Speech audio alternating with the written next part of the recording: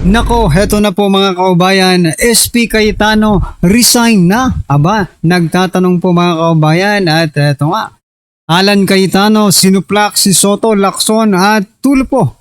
May pasabog. Nako, yan po ang ating alamin mga kaubayan patungkol po sa video ito. Pero bago po natin simulan yan, palike naman po ng video ito. Malaking tulong po yan. Maraming salamat po. At eto nga, bago po natin i-play yung video, pasadahan po muna natin itong mga nagtitrending na balita dito po sa social media. At eto nga, nako, eto pong si Winnie Monsud. Nako, sa sobrang tanda na nito mga kaubayan, namumuliti ka pa rin. Ayan Winnie Monsud, pinagbibitiw sa pwesto si SP Cayetano.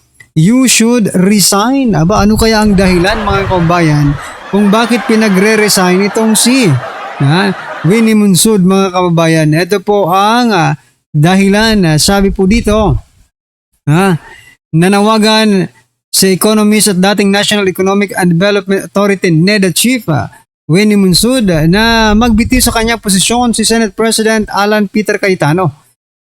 Kasunod ng sunod-sunod na kontrobersiyang bumabalot sa Senado. No, ayan sabi po ng Monsud, with so many things that have been happening, it's a reflection of my leadership. Ayan. For delikadesa, ayan magpakita daw ng delikadesa itong si Cayetano at mag-resign na lang. Aba, teka lang ikaw Winnie Monsud, I think hindi patas yung pagtingin mo sa mga bagay-bagay, okay? I think ikaw ay may pinapanigan, you are biased kumbaga. Kasi di ba? Sa nangyayari sa Pilipinas ngayon, ikaw ekonomista ka, di ba?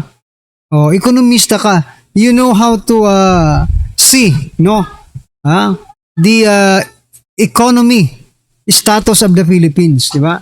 Sabi po ng World Bank, wala talaga, pabagsak na ang Pilipinas. Bagsak na bagsak ang Pilipinas. Then yet you are here, Imbis na direkta sa presidente mo sabihin na, Mr. President, please resign kasi wala nang nangyayari sa ekonomiya natin dahil ikaw nga isang ekonomista.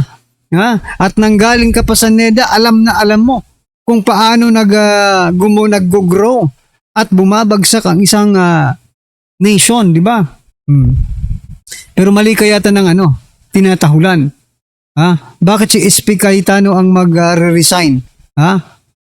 Pag nag-resign po si SP Cayetano, posibleng hindi na po matuloy ang flood control scandal investigation. Yun ba ang gusto mo, Winnie Monsud? Diba? Yun din ba ang pinagtatakpan ninyo dito? Kaya gusto nyong mag-resign si Cayetano? Nagtatanong lang po mga kaubayan. Kasi kung totoo ka nga, na ikaw ay para sa mga Pilipino, dapat nakikita mo that yung mga totoong mastermind, bakit pagdating kay Romualdez at President Bongbong Marcos Jr., hindi mo po sinasasabing, please resign naman for delikadesa, ang dami nyo nang ninakaw. Diba? For example lang, mga kababayan. Diba? Ito talagang ginagamit po. Alam nyo, nakita ko po sa isang photo, sa isang picture, na nandun ito sa Senado. Kasama sila Castro. Sino ba itong Castro na ito? Yung kongresista ng Castro. Kalimutan ko na yung pangalan nito. Si Congresswoman Castro. Basta Castro. Yupak na yan. Nandoon, kinamayan pa sila mga kaubayan ng minority group. At nagpasalamat ang minority dahil sinuportahan daw ang minority. Nayupak na yan. Ang isusuporta sa inyo, puro makakaliwa. Anong ibig sabihin yan? Wala na. Kayong mga minority senators, markado na kayo sa taong bayan, Markado na kayo sa taong bayan. Kasi nagpapagamit kayo sa mga kung sino mang politiko na yan, di ba? Ay nako. Anyway, ano po ang inyong masasabi dyan mga kaubayan? Just comment down below. At eto, talagang gagawin po nila lahat mga kaubayan, mapatalisik lang. Si SP Cayetano sa pagiging Senate President. O ito, grabe naman ito, pang bobo na itong galawan ni Erwin Tulfo. O, bakit ko po nasabing pang bobo? Kasi tingnan mo, umaasa na lang na may umabsent. Opo. Teka lang ha.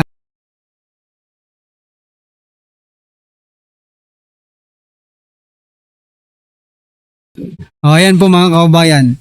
Umaasa na lang si Tulfo, Erwin Tulfo, na may umabsent pa sa majority para daw sila manalo na makuha ulit ang leadership ng Senado. Biruin mo mayan mga kaubayan. Pambihira, ikaw lang ang nakaisip niyan. Oo. Sa dami-dami po na makakaisip ng mga bobo, ikaw pa talaga ang nakaisip. Siguro bobo rin ito. Ha? Sabi niya, sana may umabsent pa sa kanila para manalo kami. Kita niyo na yan? Ito ang sana ni Senator Erwin Tulfo upang mapalitan ang Senate President o leadership ng Senado. Ayon kay Erwin Tulfo, wala silang sapat na bilang para mapalitan si Cayetano. Kaya umaasa na lamang ito na may umabsenta sa kampo ng majority upang manalo sila sa botohan. Di ba? Akala ko ba may lilipat na sa inyong dalawa? Di ba? Last week pa kayo. Last week pa kayo sabi na may lilipat sa amin. Kami na, hindi ka magtatagal sa leadership na yan. Kami na ulit ang magiging majority. Nasaan yan? Aber? Si Senator Jinggoy kasi, mga kaubayan, no? Nanindigan na hindi talaga siya. Babaliktad sa majority. Ayan. Ngayon, umaasa ka na lang sa umabsent. Grabe naman pag-iisip na yan. Napakatalino. Di ba? Ito po yung classmate natin, mga kaubayan, no? Sa high school at college na masayang masaya pag uma-absent po yung teacher natin kasi walang quiz. Di ba? Ito, yung mga katulad ni Tulfo yun. Di ba? Masayang masaya si Tulfo. Pag may umabsent na sa majority, no? Pwede na daw nilang palitan. Okay? Yung leadership. Papaano po kayo? Papaano po kayo mapapalitan kung hindi kayo makakakuha ng quorum? Diba? Kailangan mo na makakuha ng quorum, mga kaubayan, para mapalitan ang Senate President. Paano kung umabsent silang lahat? Kaya nyo bang mag-quorum? Naka po. Diba? Pang bobo lang ang peg. Ayan. Ito po ang naging komento ng ating mga kaubayan patungkol dyan. Sabi po dito ni Yohelio, wala ka na alam kung di pansarili mo interest, punyeta ka. Sabi po ni Javier. Sabi po dito ni Jessie, wawa naman kayo.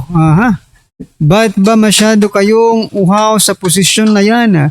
Oo nga, kagagaling ninyo lang. Kapapalit lang po ng liderato. Bakit atat na atat naman kayo na palitan ng liderato ang Senado? Di ba? Bakit? Dahil nag-uumpisa na po sila mag-imbestiga sa flood control, mga kababayan, at hindi po nila yan mapipigilan, no? Sabi po kanina, yung 18 Marines ay hindi na inimbitahan.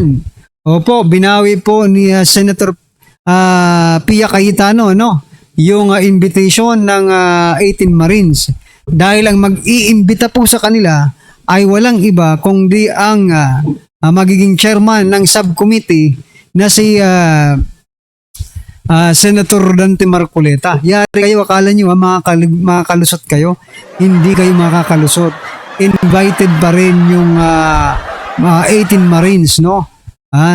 Dito nga lang sa subcommittee na, hindi na po doon talaga sa Blue Ribbon, no? Yung subcommittee ng Blue Ribbon na pamumunuan po ni Senator Rodante Marcoleta, yun po mga kaubayan ang mag-iimbita sa 18 Marines. Lagot na naman kayo. Ayan Ano po ang inyong masasabi dyan, mga kaubayan? Just comment down below. At ito, bago po natin i-play yung video, nag-aaral na po sila, mga kaubayan, kung anong pwedeng ireklamo sa ating majority senators.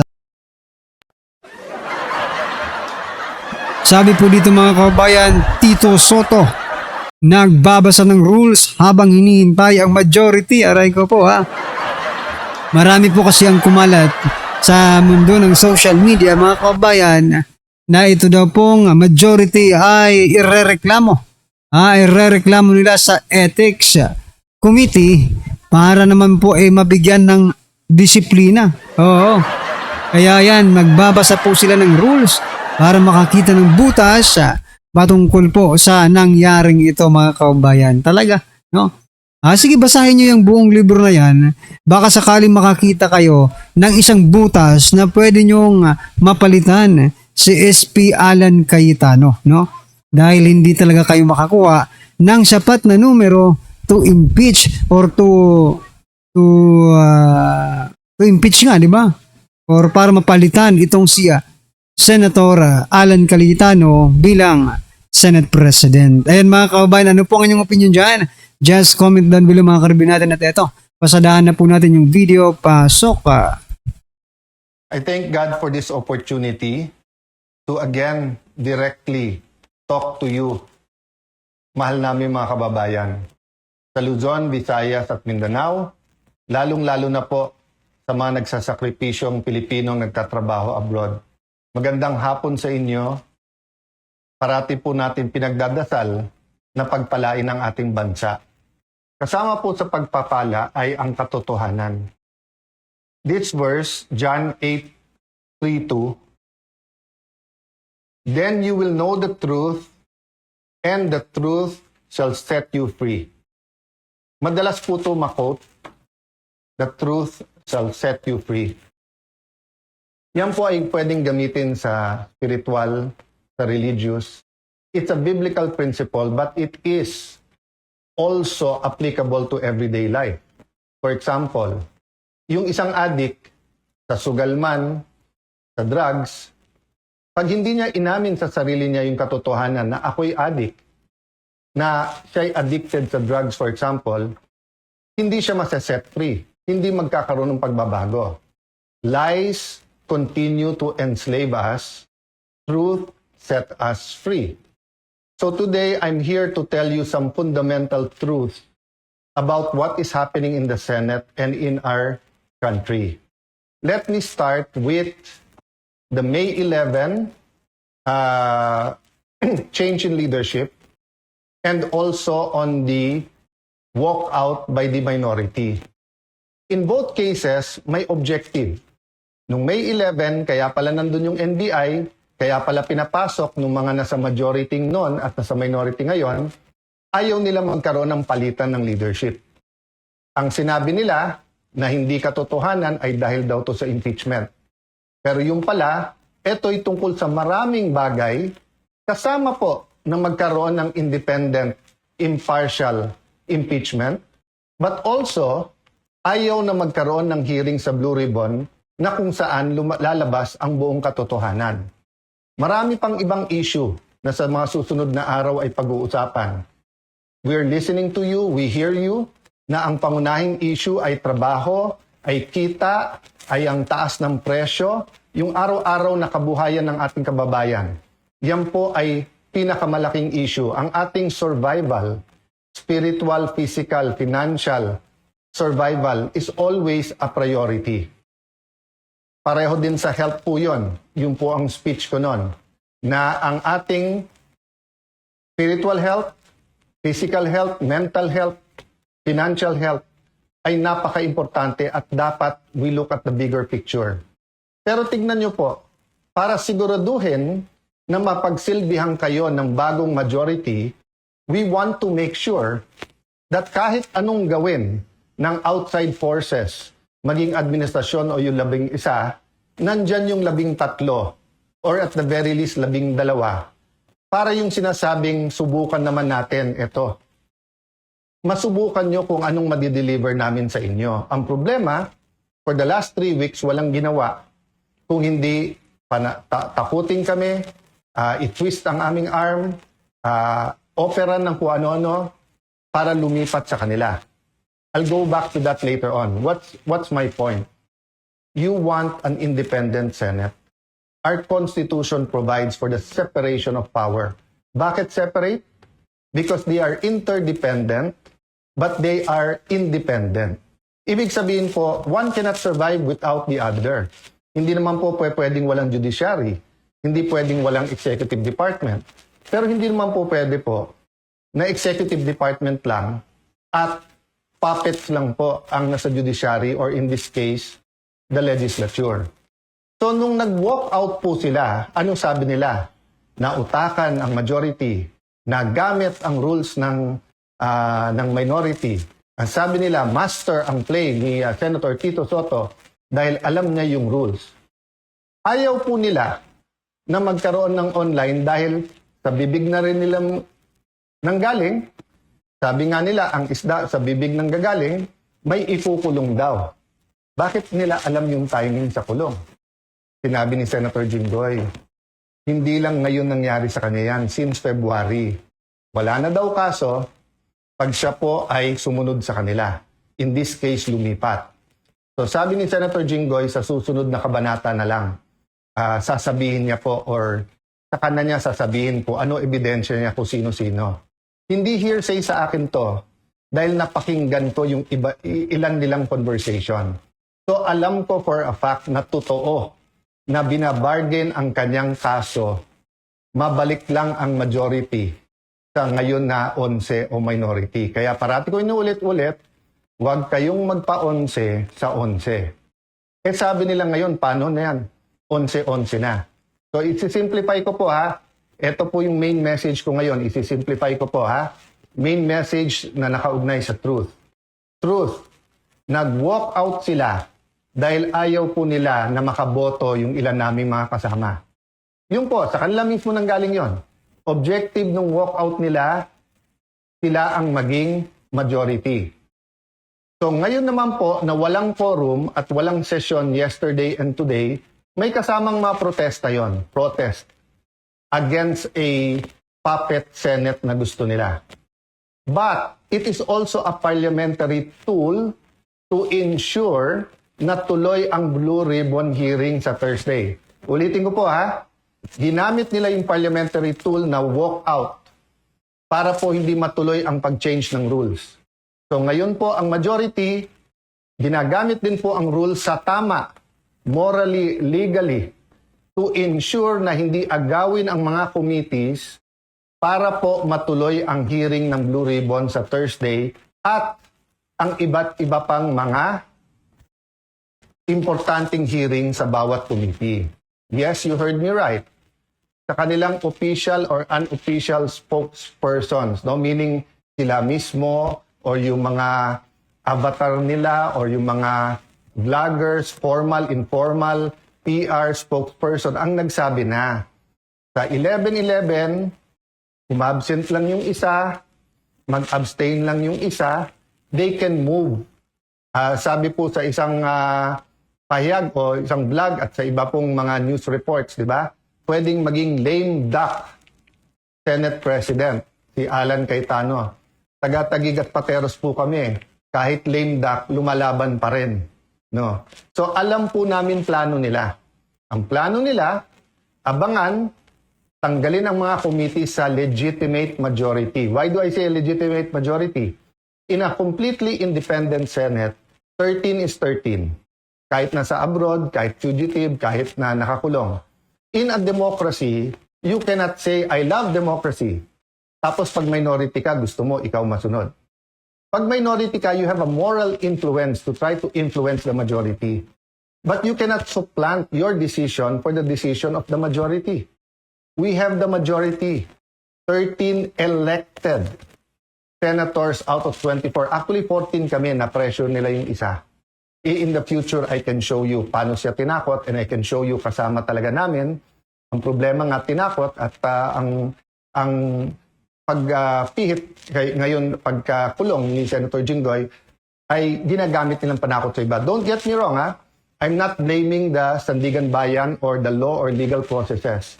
I'm saying later on it will be revealed that they abused the Blue Ribbon Committee, they abused, di ba, yung paggamit sa investigation ng DOJ at Ombudsman.